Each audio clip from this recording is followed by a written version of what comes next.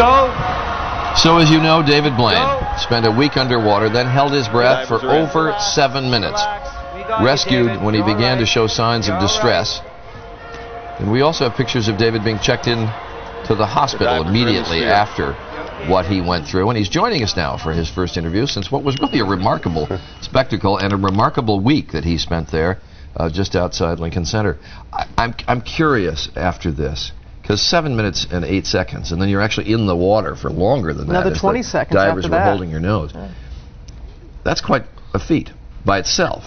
So do you feel, because you were shooting for 9 minutes, do you feel that you failed in this, or do you think, hey, what I did was pretty good? I do feel that I failed, but at the same time I feel like I dreamed up this crazy thing and I was able to do it, so because of that I feel super lucky at the same time. Did you lose some of your concentration as you were trying to get those handcuffs off? I mean, because you really need to stay focused, I would imagine, to hold your breath for that entire length of time. The handcuffs was a really bad idea on my part. How'd you get them off? How'd you get them off? Because we saw you able to get yourself free. I had a flattened safety pin, so you jam it into the edges and you pop it open. I was prepared for that. But if you hadn't had the shackles, and maybe even if you hadn't spent the preceding days in the water, do you think you could have done 9 minutes?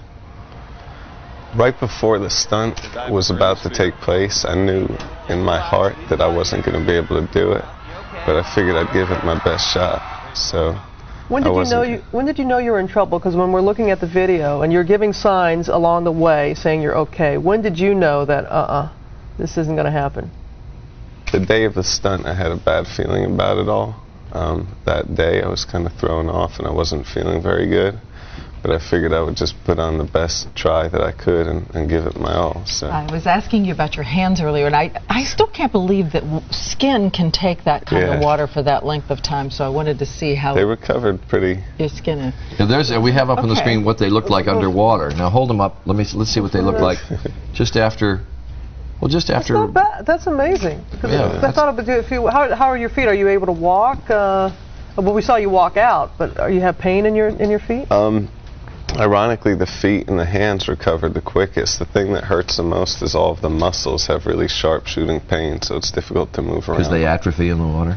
I think from the weightlessness and the starvation. And you were saying Monday when I was out there that you're back as well, because it's a magnifying glass, just the sun beating down on you for that many days. That was something we didn't prepare for once again. It was the curved glass was so strong that you could put a cigarette behind, people would put their cigarettes behind the sphere and they would light on fire.